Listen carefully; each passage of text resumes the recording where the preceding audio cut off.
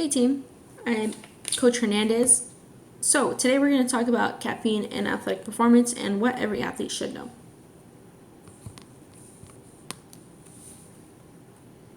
So what is caffeine and what does it actually do?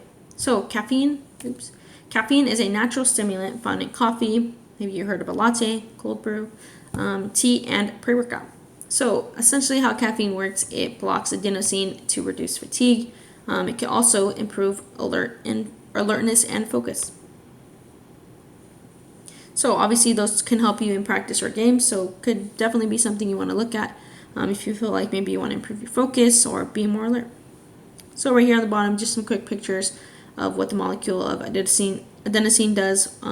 Makes us tired, makes us sleepy, and then what caffeine does when it blocks it. So some benefits of caffeine for athletes. So research actually shows that caffeine can enhance several performance qualities. So first, it improves endurance and energy, which will help you keep your intensity up for longer. It also increases your strength and power output, which also matters for basketball explosiveness and the sprinting demands, coming up and down from the court.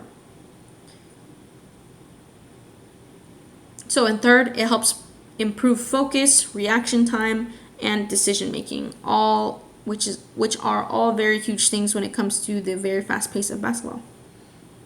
And also helps delay fatigue. So overall, caffeine can give you that mental and physical edge when used correctly. So some risks and side effects or potential disadvantages we got to worry about. So obviously, if you have too much caffeine, jitters can occur, anxiety can occur, and even an upset stomach. So it's definitely not perfect, and more isn't better. So we definitely have to watch everything that we do in moderation. So we definitely don't want those symptoms, especially if we're right before a game. So it can also affect your sleep, which can impact your recovery and performance for the next day. Something that we need to watch out for is watching out what are in energy drinks and even pre-workout, because some of them have extra supplements or banned stimulants that NCAA considers to be banned, which could be synephrine or bitter orange. Those types of supplements could show on drug tests, so we definitely want to avoid those. It's always important, make sure you read the label before you're ingesting anything. Once again, we're trying to comply with NCAA guidelines. So who benefits the most from caffeine? So definitely endurance athletes benefit the most from caffeine.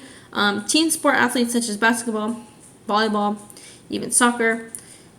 So it will essentially help us improve our reaction time, sharp focus, and any explosive movement throughout the game. So caffeine does work for basketball players, and it can work well for the type of work that we are doing in basketball and the competition that we all do.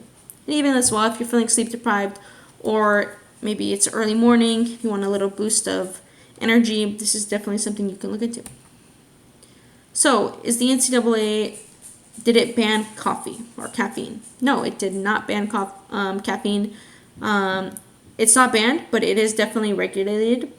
So, essentially, if your urine level is around or above 15 micrograms per milliliter, it counts as a positive test. That essentially is roughly equal to around 5 to 6 cups of coffee in a short window of time. So let's say it was 20 minutes before a game, you downed 6 cups of coffee. That could potentially show up as a positive on a drug test. So we definitely want to make sure we're not ingesting high levels before the game. So while moderate use of caffeine is fine, extremely high doses can put you at risk for a positive test. So it's definitely something we've got to watch out for. On right here is the bottom as well. It's just a list. I linked the website, a list of banned substances that the NCAA has. So my recommendation for safe use is going to be to ingest based on current research, is going to be to stick to around 3 to 6 milligrams of caffeine per kilogram of body weight, which I would say take it around 45 to 60 minutes before competition. So I would actually avoid caffeine after 3 p.m. You don't want to take it too late where it keeps you up at night. It's important for recovery. Another thing I recommend is please do not test your caffeine tolerance during a game day. If you're going to try this out, test it out, try it during a practice day where not a lot of things are on the line. Of course, you want to practice at high intensity, but make sure I would try it on a practice day.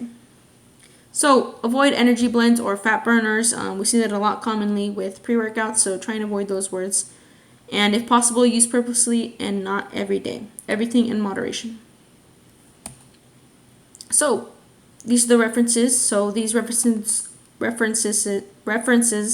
are based on peer-reviewed research from the International Society of Sports Nutrition and sports nutrition texts and current NCAA guidelines. So if you ever have a question, please reach out to me. But yeah, thank you for coming and listening.